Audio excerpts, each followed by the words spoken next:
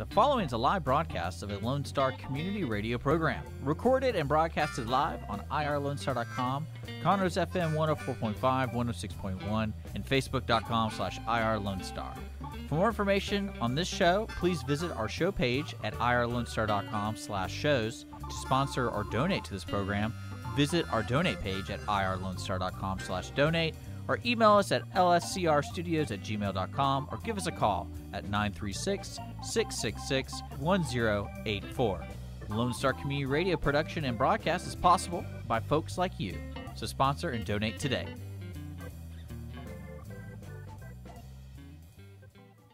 You are listening to Lone Star Community Radio on 104.5 KCZW LP Conroe and 106.1 KZCC LP Conroe, and worldwide on irlonestar.com.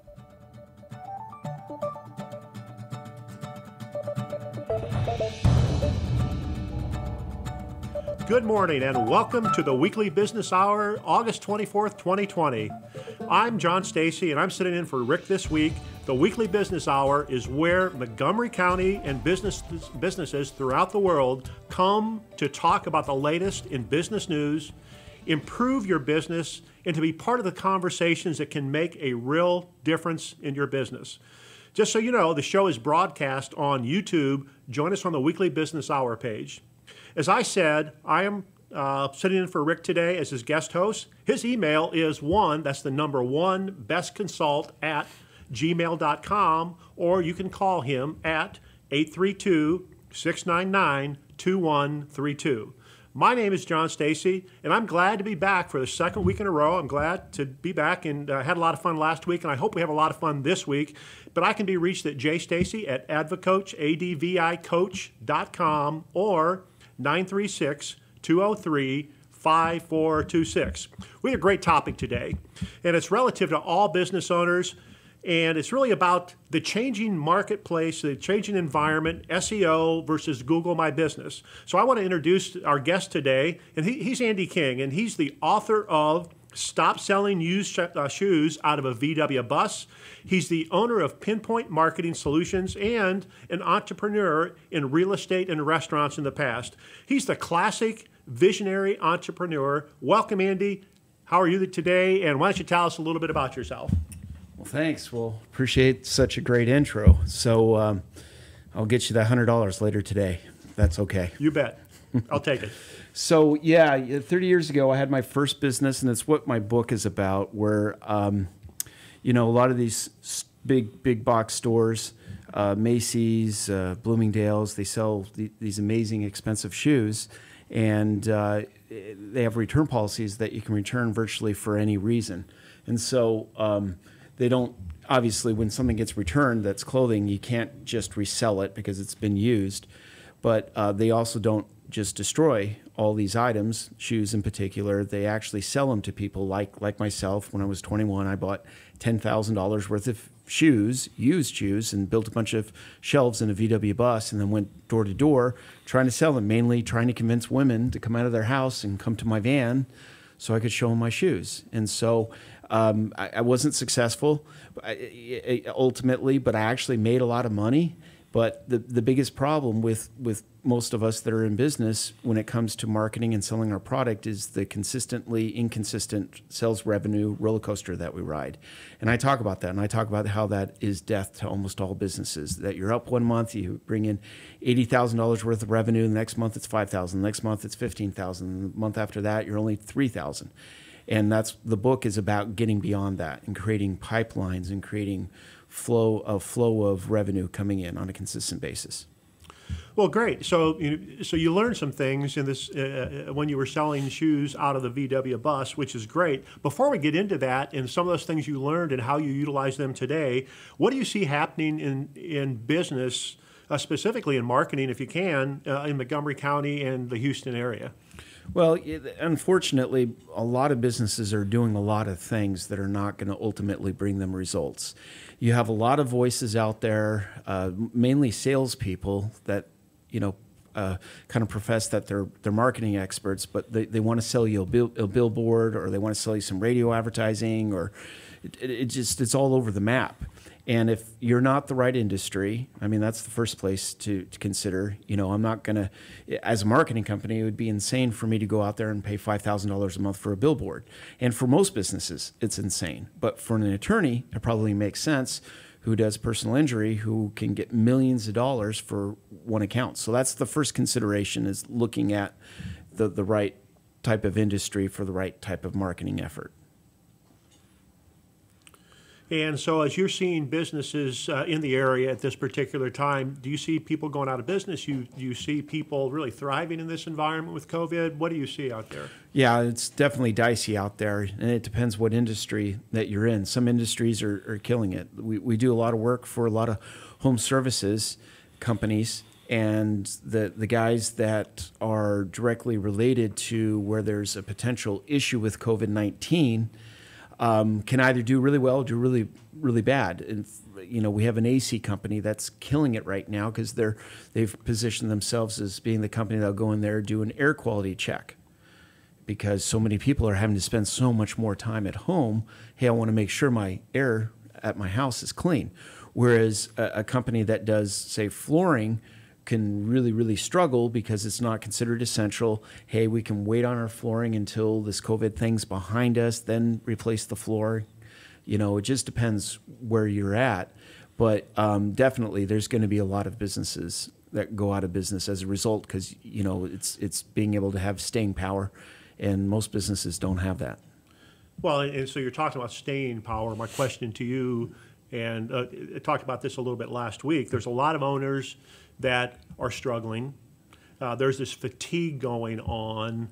I mean, in the owners that you talk to, do you see or feel this fatigue, almost as like giving up, or I can't survive, so I've got to go do something else?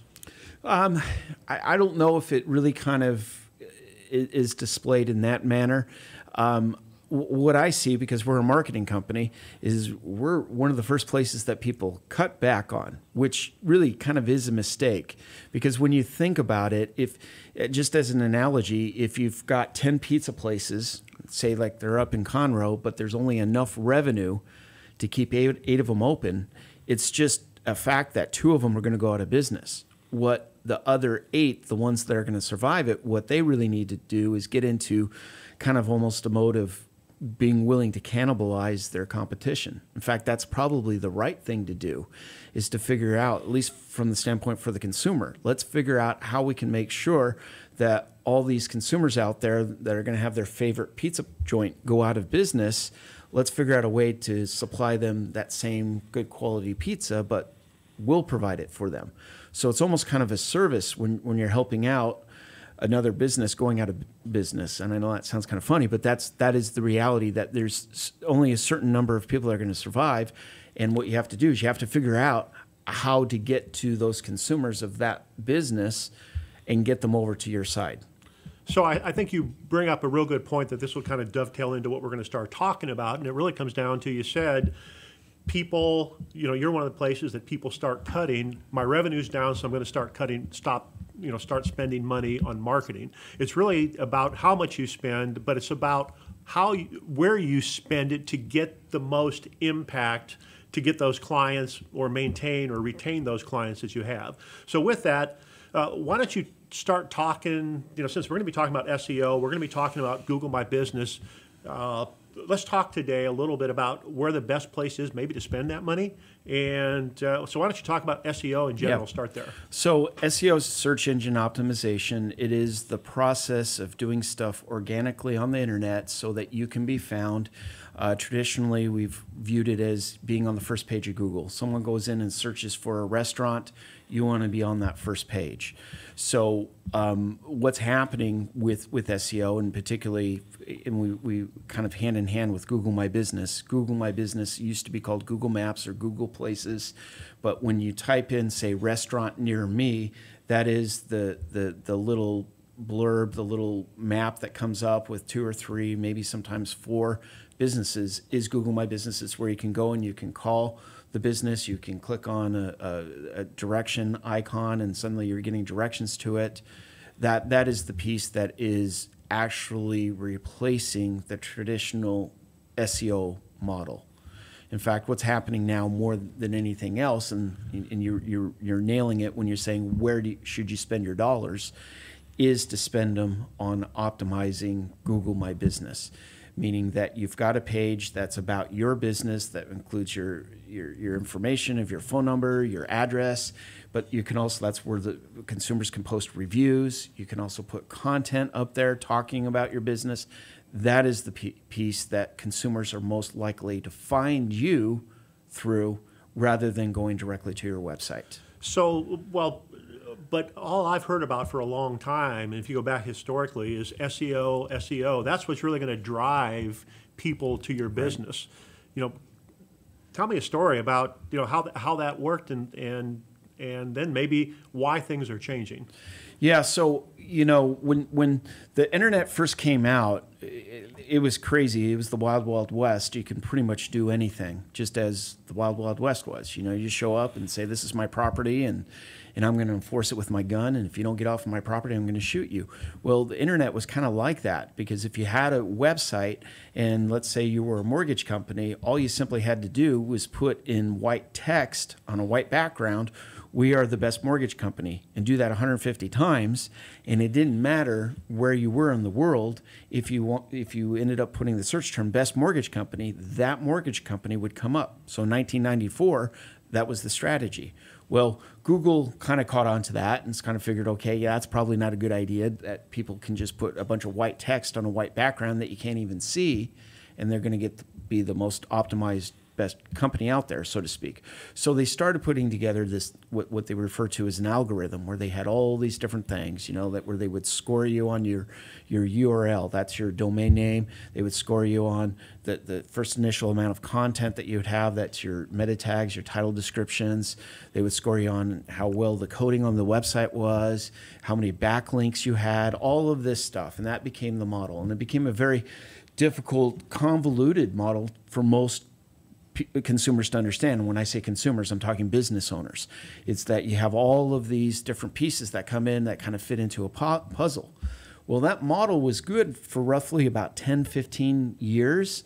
Then in about 2010, 2012, Google My Business, which was called initially Google Places, they changed it to Google Maps, now it's Google My Business, kind of came on, and that's where we started smartphones. It's Apple that changed everything, where you had a smartphone where you could click on it, and now you could get directions.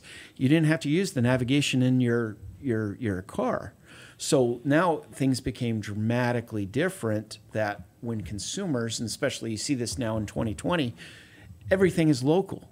When you search, say, for like a flooring company, you're not finding a flooring company out of California. You're finding one that is not only in the Texas, the state of Texas, you're also finding one that's here in Montgomery or here in Conroe. If you're searching in the Woodlands, you're finding one in the Woodlands. And Google automatically puts that up, even if you're not even saying near me or putting in a zip code. They understand that you probably want to do some business with someone that's within a 5 to 10 mile radius.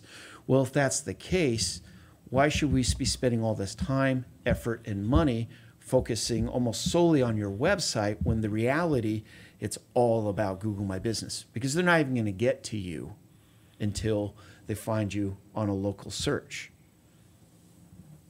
Does that make sense? Well, yeah, that makes sense. So, but there's a lot of people that are extremely successful. A lot of marketing companies push SEO. I think you've talked about something in the past. I think Overstock was a pretty successful story. So it's been successful. I guess, is that changing? Does that mean I don't need to focus on or do anything with SEO?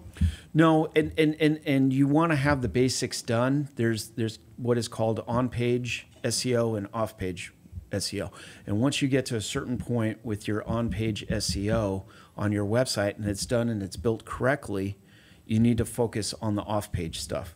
So in reference to Overstock.com, and here's how I really feel about the SEO industry, is in 2009, I was first introduced to SEO. I just had finished my real estate career, and decided I needed to do something different. So I moved forward with doing a marketing company. And I watched the guys who had owned and started Overstock.com. They ended up ultimately selling it, making millions of dollars, and they became what was referred to in the industry back then, and we don't even really talk about this hardly at all, that they became super affiliates. And that's where you have a certain amount of traffic that you are able to capture, that you have driven, that you push over to a company like, say, like a NordicTrack that sells treadmills. And that's what these guys did, is they built a website, a consumer reviews type website, something that would look identical to consumer reviews, but it would rate different treadmills. Right. And of course, NordicTrack was the one that ranked and looked the best. And then each time the consumer would click on that and go over and actually buy a treadmill, they would get a $200 kickback. And that's all very legitimate. And there's nothing wrong with that, doing lead generation. Maybe kickback isn't the right word. It's probably not the right word, but they would get a referral fee for that. There you go. And they would get as many as $1,000 a month. So these guys were making $200,000 a month, which is a lot of money. But remember, these guys were worth millions because they had started Overstock.com. They sold it out. They built it up. They sold it out. They walked out with tens of millions of dollars. But the problem is that every 2 to 3 months, they would have to scrub that website and start all over again, because everything that they were doing up to that point not only wasn't working, it was working against them. So what they had is they had a boiler room full of 15 college students, and all they would do is build backlinks, get this website onto directories. They would go on social media, and they would do all of this stuff that's considered in the industry as black hat, meaning that it's not the best way to do it. It's considered kind of a little too edgy. And Google would change their algorithm. So everything that they would do not only doesn't work, they would start getting penalized, and they would scrub the website, and they'd have to start over again. For most of us, that would make sense, because, hey, if we could do that for 3 or 4 months and get to a month where we make $200,000, it'd be worth it. For these guys, they weren't interested, because it wasn't about the money. It was about having success. And so my impression back then, and it's over 10 years ago, is that SEO is a scam. And at least the way they were doing it, it was a scam. It was all contrived.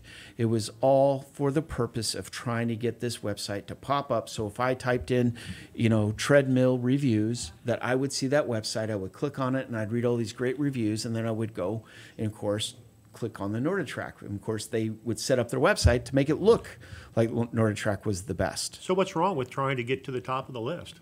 There's nothing necessarily wrong with that. The problem is that people aren't really directly going to websites anymore. If I'm a consumer, I'm more interested on how well that business does in terms of the perspective of the consumer. That's where we have the online reviews. So the first place to really look is on the Google My Business page, because once that map comes up, and we refer to it as the 3-pack, meaning that there's 3 businesses usually listed in that, I'm looking at who has the most reviews and who has the best star rating. Then from there, I click on that page, and of course, there's a link to the website. And if I'm interested enough in that business and saying, hey, reviews look good, I've read a couple of reviews, these guys seem like they know what they're doing, now I'm clicking and going to their website. That's when I get to the website. So the whole model of trying to get you on the first page of Google is antiquated. It really is about Google My Business with SEO. And so even if these people, even if these SEO marketers actually do what they say they're going to do, and a lot of them won't, but even if they're going to put you on so many directories, even if they're going to get you so many in the way of backlinks, it's irrelevant.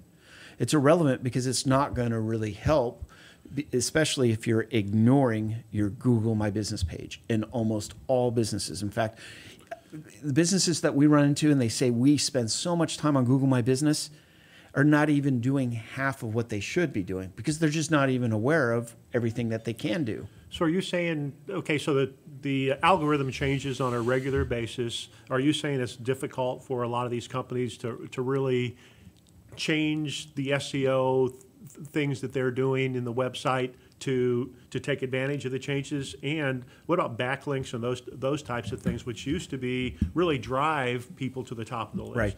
So what happened is in about somewhere between 2012 and 2015, there was this seismic shift of doing what is referred to as technical backlink type SEO, where you go and you do all this technical stuff on your website.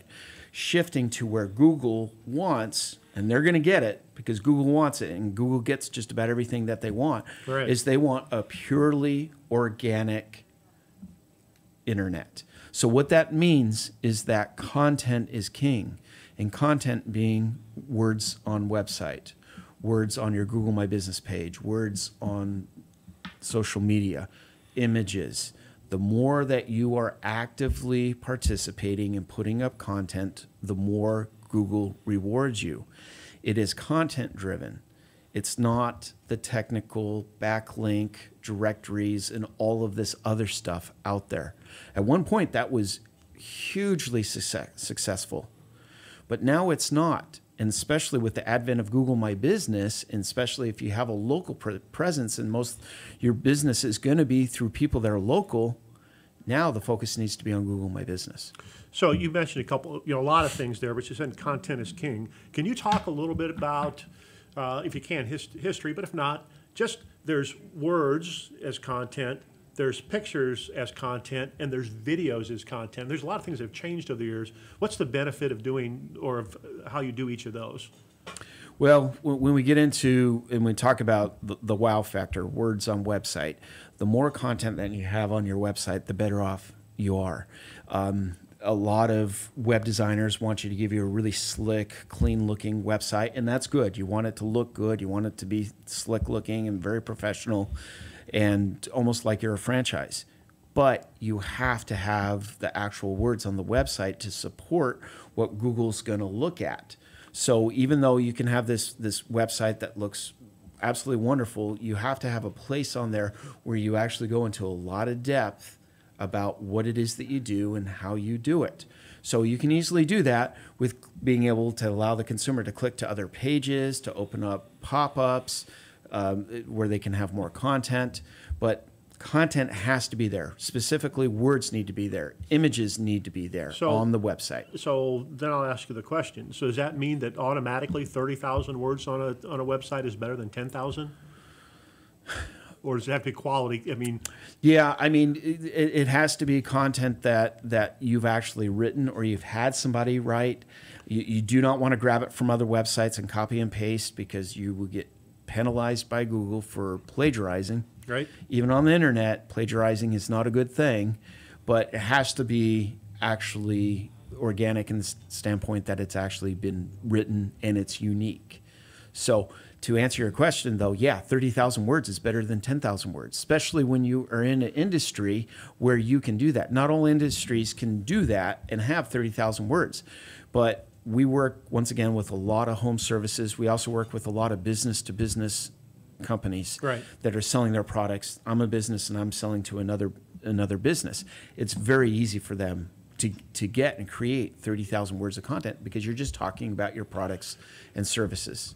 Well, but then if you're talking about just words, and I'm not sure this is the right language, but word stuffing, is that a terminology? Well, keyword stuffing. Keyword stuffing. Okay. Yeah, and that's a problem. Companies that get in and say, well, we're gonna get in so many keywords and all that other stuff, all of that, once again, that's all a part of that 2012, 2015 SEO model. In fact, you'll get penalized for that. A lot of times what happens, SEO guys will go in there and say, you know, we're ABC flooring company, and we're the best in Conroe, the Woodlands, and Spring, Texas. And what you have to understand is that the leader in Spring, Woodlands, and Conroe, ABC Roofing Company, I mean, they almost make those cities part of the name of their business, and Google can see that, and it's just a regurgitation of those municipalities and towns that they keep on saying, and that's not going to help you at all because they can see that. You know, I mean, you only can say hardwood flooring so many times in a paragraph, and then it's going to start looking unnatural. Well, Google has algorithms for that, and they can see that you're doing that. So write it as if you were writing a marketing piece for a brochure. Write it as if you were writing, you know, an email that you were going to send to a client talking about the pros and the cons of certain kinds of flooring, if we, you know, want to use that same example. Right. So it needs to look like it's organic, because certainly, if Google's got the ability, which they do, to basically go in there and look at the structuring of sentences and see that so much of what you're writing is grammatically incorrect, they certainly got the ability to count how many times you're saying the wood hardwood flooring or the word Conroe, Texas. And they can see that you're trying to stuff. Okay, great. So you didn't mention video yet. Why should go Huge. into video, the importance? Video is huge, and the reason video is huge is because it is the most widely used media now on the internet than anything else. You know, if there's a way that I can go in there and I can look at something and it's in video format and I don't have to read it, that's what most consumers are thinking that they want to do. The upside with video, when you go in and you do a video and you want to host on YouTube, because YouTube allows you to put up 5,000 characters in the description. As of today, YouTube and Google does not have the ability to interpret what your video is about. But what they can do is they can look at the description. And when we're talking 5,000 characters, we're talking about 700 to 800 words in the description that you are allowed to do about that particular video. And that makes it very easy for Google to index you. That's the term used to be able to say, this is what you're all about. And be able to put that into search terms. And you're gonna, if you do enough videos and you spend enough time and you take those videos, you put all the description in there, and then you put that link onto your website. So now you get some cross-fertilization, so to speak. Google's going to reward you for that, for sure.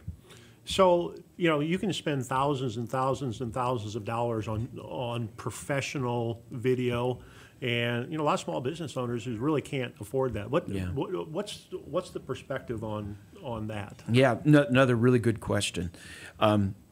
Video right now, the more compelling video is the video that isn't highly produced. When I started my company, we were doing highly produced video. It was commercial quality. You could throw it on a TV commercial, and it was, we put the time, but it was very expensive.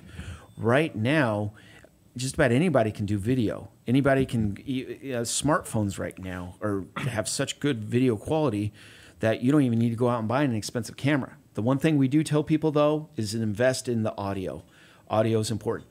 So you can put together a 1 or 2 minute video explaining a little bit about what you do. You put it on YouTube.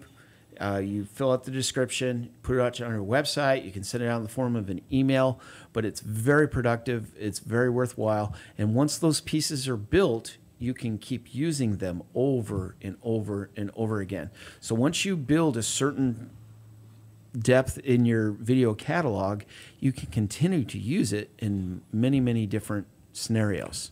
I think you can repost things. So my question is, if you do a video, obviously it's not something you should post on a weekly basis.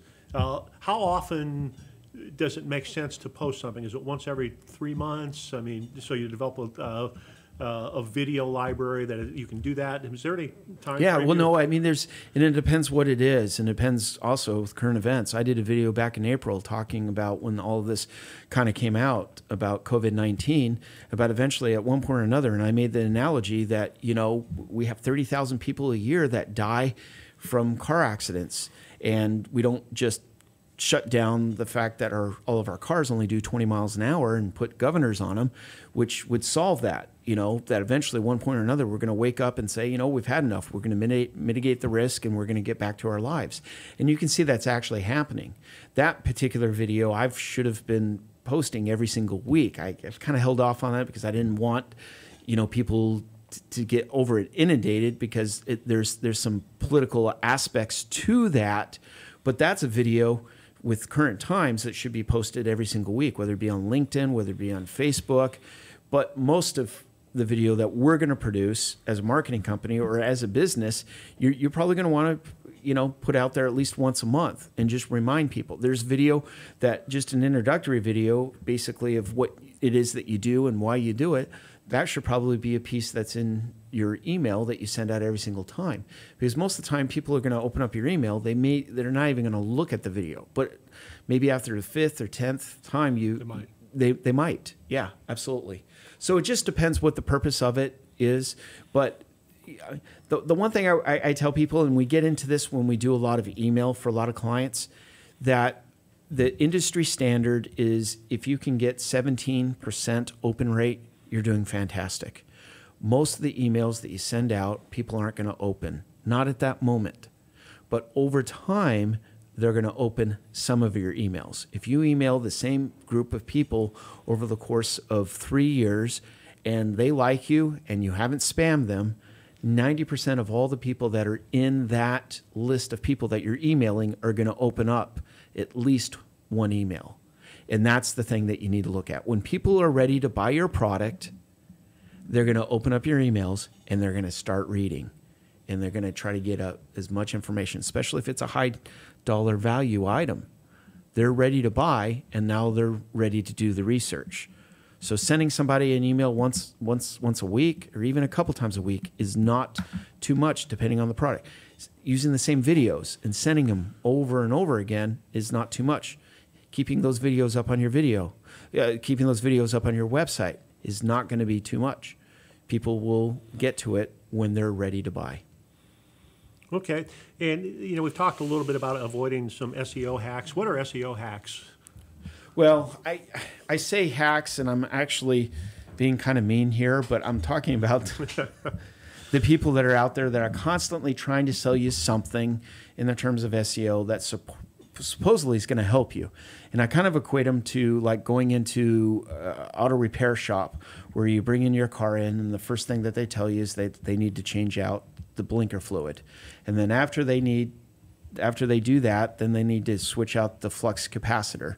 And those of us, first of all, we all know that blinker fluid isn't a real thing, of course. But there is a video out there showing you how to change your blinker fluid. That's right. And exactly. It looks very legitimate, and it's funny.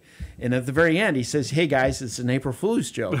But if you didn't know the difference and you didn't know that much about cars, you might buy into that. Flux capacitor, that's what makes time travel possible in Back to the Future. And most of us know that, have seen that, especially if you're 40 years plus of age, you've seen that movie. Right. And there may even be a few millennials that have seen that movie. But the idea is that there's so much complexity, and there's a sense of SEO being very convoluted that, hey, I'll do this work for you, but the first thing I got to tell you is I can't really tell you what I'm doing because it's kind of our secret in our marketing company that we're not going to tell you, which that's a first warning sign. The next warning sign is I know a lot about Google's algorithm, or I can get you up to #1 on Google. These are people that are out there, even if they do what they say they can do, meaning that they can put up so many backlinks and they can do so many directories and we're going to do so much with the coding, it's probably not going to help you anyway. Because once again, and this is what you need to tell them, say, hey, Mr. SEO marketing dude, 2008's calling and they want their SEO strategy back. Because that's truly what's happening. That's where they're doing this. But you still need to do some kind of SEO optimization when you set up your website. Once it's done, it's done.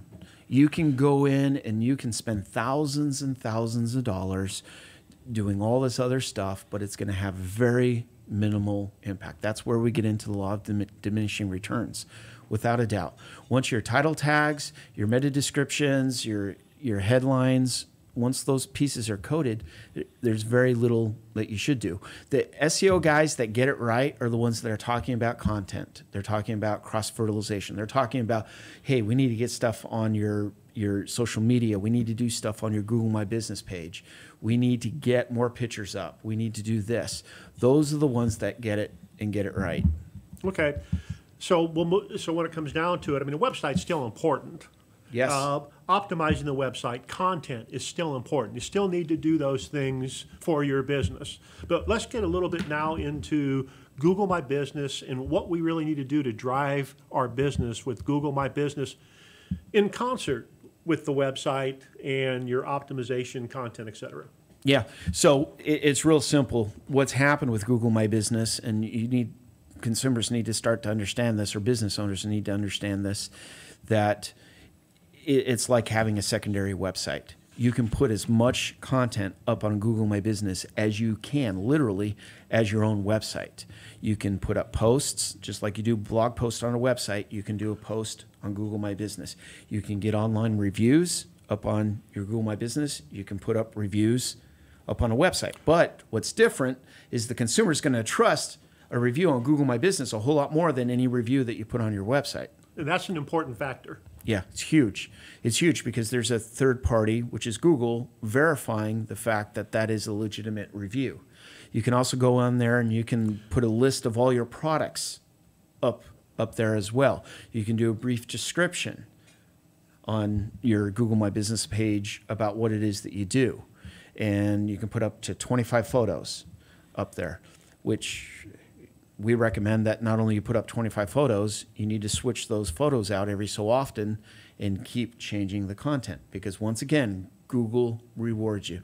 The ultimate goal is that you want to be that company that has the most number of reviews with the highest star rating and has the most amount of content in the product section and in the post sections and also in your description, that all of those, if there's a place to put content, put content up. So what drives, when you look at that 3-pack, when you're doing a search, what drives those three largely? What are the 2 or 3 different factors that really drive that? I think you mentioned them all. Yeah, and those were it. And I wish I knew what it took to really be up in the 3-pack, though. The companies that we've worked with over the last couple of years, we've gotten them up there. We just don't know exactly all the reasons why, other than the fact that they continually get online reviews. They keep putting up content on their product section of Google My Business, and we keep posting for them. That's it. If you and they keep putting photos up, and they keep switching it, the more that you are actively engaged in doing those things, the more Google rewards you. And that they also have good websites that have been well optimized as far as the on-page optimization. Right. And that's kind of the formula. I can't tell you which part of it is more important than the other, but you'll go in there, and when you start doing searches, you'll see some companies are up there that have very few reviews. Some that have a ton, but they're not showing up in the 3-pack or the 4-pack. So it's not just reviews. It's not just reviews, yeah. But if it's a serious purchase, meaning that it's a high dollar purchase, consumers are not going to just look at the 3-pack. They're going to click through where it says more places in blue. There's a link, and then they actually open up the actual physical map, and you can see all the different businesses. They're on the left-hand side, and then you can see all the pinpoints on the right-hand side. Consumers will go and they'll start looking, and they are looking for, once again, the company that has the most number of reviews with the highest star rating. Okay.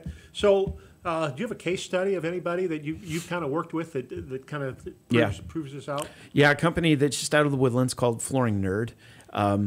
We've been working with them for about 2 years now, and it's just been within the last 6 months to last year where they are consistently, if you Google wood flooring in the Woodlands, they are almost always showing up in the 3-pack. And when we first started working with them, they were paying $3,000 to $5,000 a month for leads through Home Advisor, which are very, very difficult leads because they're not just selling them to one flooring company, they're selling them to dozens of floor companies, and the competition's tough and you're competing on price. Well, with them, we had been working with them for the last couple of years of getting online reviews, and they've got 50 plus reviews with a 5.0 star rating. So that was the first piece. Then we went in and helped them with all their products listings, and they've got, I believe it's well over 40 or 50 different products that have an image and a little blurb about each product. Then we've been posting daily in their posting section, a little blurb about a particular product or about a particular service or about a past client. And so they've gone from paying $3,000 to $5,000 a month for Home Advisor to now to the point where they don't pay anything. And even during COVID, where they're considered non-essential and they're having to go into people's homes, they've averaged 4 to 6 appointments a week. And I've talked with other flooring companies, and they're struggling. But with Flooring Nerd, they're not. And it's because they have all these things that are going on with Google My Business. All right. Well, how can people get in contact with you And do you have any closing thoughts on what you can recommend after this conversation? Yeah, you bet. So you can reach us at pinpointmarketingsolutions.com. That's pinpointmarketingsolutions.com. You can Google us, just Pinpoint Marketing, and we're the one that comes up. There's another Pinpoint Marketing company, but we're the ones that have the actual Google My Business page come up with actually online reviews and actual postings and have our Google My Business page mostly populated. Try to walk the walk. That's the first thing. The closing remarks in regards to is to understand that the seismic shift on the internet, if you want to get business on the internet right now, is your Google My Business page is almost as important, if not more important, than your actual website. More consumers are going to find you initially through the Google My Business page than they are going directly to your website.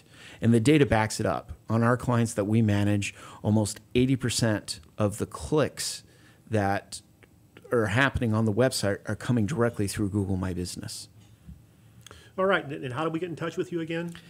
Through pinpointmarketingsolutions.com, or you can reach out directly to me at 832-819-3990. That's 832-819-3990.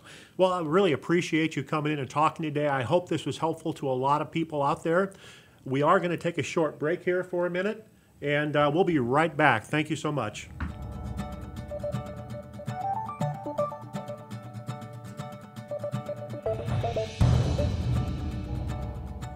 For business ideas and news you can use, join us on the Weekly Business Hour every Monday at 11 a.m. on Lone Star Community Radio. A Lone Star Community Radio is looking for those who are interested in hosting their own talk show, with monthly and weekly slots available on Conroe's FM 104.5, 106.1, and on irlonestar.com. Start your own podcast, create your first YouTube channel, and be on TV. Contact Lone Star Community Radio online at irlonestar.com or call the station message line at 936-647-3776 to take your first step into the radio world. Want to check out the fastest growing sport in the world? It's right here in Conroe, Texas, and it's roller derby. Conroe Roller Derby is a non-profit recreational league of women and men who want you to come and check out the fast-paced, hard-hitting game of roller derby. The Conroe Cutthroats practice at Rainbow Roller Rink on Tuesdays, Thursdays, and Sundays. You can find our game schedule and more information on our website, www.conroerollerderby.com. Hi, I'm Keith O'Connell, CEO coach and business mentor. I've spent 4 decades helping multiple entrepreneurs use my principles to take their businesses to the next level. My methods do not fix your problems, they help you fix them for yourself. I call this process closing strong. Contact me at 713-557-1639 or visit my website at closingstrong.com for a risk-free 30-minute meeting to see how I can help you. Because a business can only go as far as its leader can take it. Listen in Mondays at noon to hear Conroe news from local nonprofits, businesses, upcoming events, Conroe Park events, news stories, and information that matters to you with your host, Margie Taylor of Taylorized PR. For more information about being a guest, visit irlonestar.com/Conroe Culture. Have a legal question? Are you a resident of Montgomery County? Call 281-645-6344 to talk to a volunteer attorney from the Woodlands Bar Association. We answer the phones on the first Monday of every month at 281-645-6344 from 5 p.m. to 8 p.m. to provide general legal information and information about legal resources to Montgomery County residents.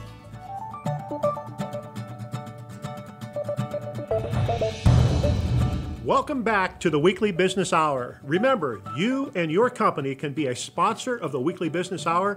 Email that's the number 1, bestconsult@gmail.com. Today, I want to give you the one best consult tip of the week, and it's about daily routines you can develop to become a great leader. When you think about the accomplishments of great business owners, the scope of their achievements may seem intimidating. After all, They've made huge waves in the world of business, whereas you may feel like you've barely made a splash. But that doesn't mean that you can't learn from them in order to become a much better leader yourself. So we're going to examine 6 habits of great business leaders that you can adopt to strengthen your leadership skills. And when you practice these consistently, these great habits can set you apart and help your business grow. So we'll start out at number 6. Create routines. Great leaders know that routines help eliminate unnecessary distractions and decisions. Your workday should save time and money by managing the right way. Have routines that increase efficiency and cut out trivial decisions. Make it a habit. For example, check your email only 3 times a day, in the morning, lunch, and an hour before leaving. Other than that, leave your inbox closed. There's no need to look at it. You'll be surprised at how much time you save. Number 5, plan. Great leaders don't just have big ideas. They make big ideas a reality with careful planning and execution. Make it a habit. Clearly define your goal and make it measurable. Don't just plan for a successful business. Be specific. Define what success looks like, then ask yourself every night before bed, if I spend every day like this, will I reach my goal? If the answer is no, make the necessary adjustments. Number 4, take decisive actions timely. Great leaders know that a decent plan executed today is better than an awesome plan executed after it's way too late. So let's make it a habit. Being decisive doesn't mean being reckless. Get as much information as possible and then make a pros and cons list for each option and then act decisively. Take action. Be vulnerable. Number 3, own your mistakes. Great leaders know that sometimes plans don't work out. When you encounter setbacks, you have to own them. Make it a habit. Everything is on you when you run a business. When something goes wrong, ask yourself, how is this tied to my decision making? When you own this level of responsibility, admitting that you made a mistake isn't a big deal because you've accepted that everything is your decision. Number 2, make others feel heard. Great leaders know that their employees help provide the creativity and energy needed to grow a business. That's why it's important to listen to their ideas and concerns. Make it a habit. Pay attention to what you say when chatting with employees. Do you follow up on their statements or questions? This subtle bit of selfless conversation shows your employees that you are genuinely interested and value their input. That is critical to your success. Great leaders make it their mission to help employees reach their potential, number 1, which means investing time, investing energy, and investing resources to help them and grow. Make it a habit. No matter your business or business size, you should always be educating your employees. Don't feel overwhelmed by all these steps. Remember, they're just that, steps. Try adding a new one to your life every 2 weeks. Keep at it until that next step becomes a habit, then move on to the next one on your list. As best-selling author Sean Covey says, we become what we repeatedly do. Those are 5 steps or 6 steps that you can do to become a great leader. So I've been sitting in with Rick today as his host, 2nd week in a row. His email is bestconsult@gmail.com, or you can call him at 832-699-2132. My name is John Stacy, and I'm really glad you've had the opportunity. I hope you've had some fun. I hope you've learned some things, and I hope to see you in the future. I can be reached at jstacy@advocoach.com or 936-203-5426.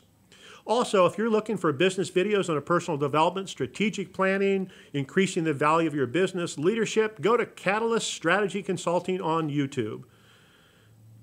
Our podcast today's show will be posted on Rick's website on Wednesday. Again, bestconsult.com. Please note put a note on your calendar to join again next Monday right here on irlonestar.com at 11. We will be spending some time learning what we can do to really grow our business. Look for the podcast of today's show on the Weekly Business Hour of irlonestar.com. Our Facebook page at the Weekly Business Hour is going to be there later this week. Thank you for joining us. Remember to stay in touch with what is happening in Montgomery County right here on Lone Star Community Radio. Until next week, stay engaged this week. Keep your focus on what counts in your business and always, always make tomorrow better than today. Thank you, and this is John Stacy.